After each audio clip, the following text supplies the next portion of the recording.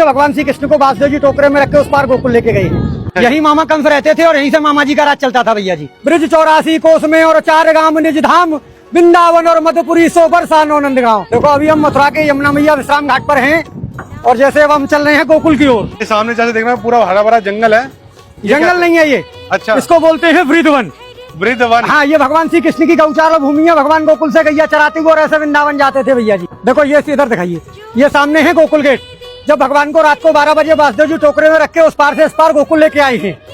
इत मथुरा इत गोकुल नगरी, बीच बहते हैं यमुना गहरी, तो भगवान को यहीं से लेके आई। तो भैया जिस तरीके से मथुरा आज से मतलब 100 साल पहले रहा होगा, आज भी वैसे नहीं, 100 साल नहीं, मथुरा द्वापर में भी थी, मथुरा त्रेता में भी थी और मथुरा आज भी है और अनंत काल तक रहेगी। मथुरापुरी को ब्रजमंडल बोला जाता है।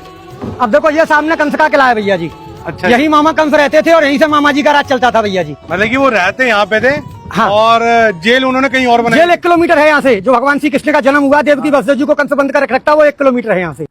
और कंस का अखाड़ा यहाँ से 1.5 किलोमीटर है, जहाँ भगवान का कंस के साथ में युद्ध हुआ है। क्योंकि भगवान के साथ में कंस का जो शस्त्र युद्ध नहीं हुआ, मल्ल युद्ध हुआ।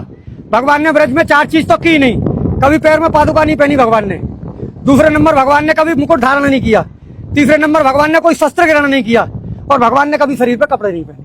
भगवान कृष्ण ने? हाँ, भगवान यशोदा मैया ने काली कमरिया दी थी, भगवान उसी गोल के रहते। और जैसे पीछे देखना, इनके बारे में बताइए क्या? देखो ये रानी घाट है जहाँ कंस की रानी स्नान करती थी भैया जी। अच्छा, कंस की हाँ, रानी। उसके बराबर में ये वासुदेव घाट है। ऊपर सामने वासुदेव गेट है। यहीं से भगवान श्री कृष्ण को वासुदेव जी टोकरे में रख के उस पार गोकुल लेके गए हैं। अच्छा, सामने मैंने अब आपको बताया गोकुल गेट जी। ये सामने भैया जी स्वामी घाट है।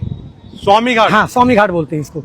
ये इधर संत घाट है भैया जी। अभी जैसे ये आपने मुझे बताया था कि किला था ये कंस का, जी। तो इस किले में जाने दिया जाता था? नहीं नहीं, उसमें एंट्री नहीं मिलेगी। ऐसा है, पूर्वजों के जमाने से ये बताते हैं कि इसमें कुछ शोध करता गए थे जो कभी वापस नहीं आए, इसलिए सरकार ने उसको बैन कर दिया। मथुरापुरी में सबसे बड़ा पर्व बहन भाई का होता है। कार्तिक महीना में भाई दूज के दिन जो भाई बहन मथुरापुरी में हाथ पकड़ के स्नान करते हैं वो कभी यमलोक में नहीं जाते। ऐसा वरदान धर्मराज ने यमुना मैया को दिया है।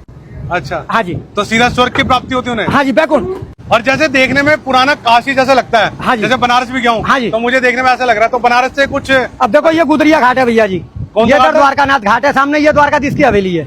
अच्छा, हाँ जी। तो जैसे मैं पूछे कि बनारस के जैसा लगता है, बनारस की कुछ मान्यता है यहाँ पे? नहीं, बनारस की तो जितने भी तीर्थ हैं 4 महीने सब ब्रज में निवास करते हैं भैया जी। सावन भादों क्वार कार्तिक।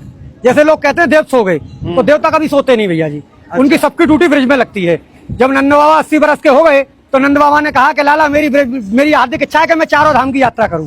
अच्छा। तो भगवान ने कहा कि अब दादा अब बड़े बूढ़े हो गए, पहाड़ों पे जाएंगे, गिर पड़ेंगे, इसलिए सब तीर्थों को मैं ब्रज में ही बुला लेता हूँ। तो यहाँ आपको केदारनाथ, बद्रीनाथ, गंगोत्री, यमुनोत्री सब मिलेंगे पूरे ब्रज में। तो मतलब कि अगर कोई 4 धाम की यात्रा करने में असमर्थ है, नहीं तो ब्रज की 4 धाम कर सकता है और फल वही प्राप्त होगा आपको। अब ये आगे आपको दिखाऊंगा मैं काशी मरकंड का घाट जो बनारस में है, उसकी स्थापना यहाँ है। और देखो ये है सबसे बड़ा विश्राम घाट। यही जो है मामा कंस को मार के भगवान ने विश्राम किया है।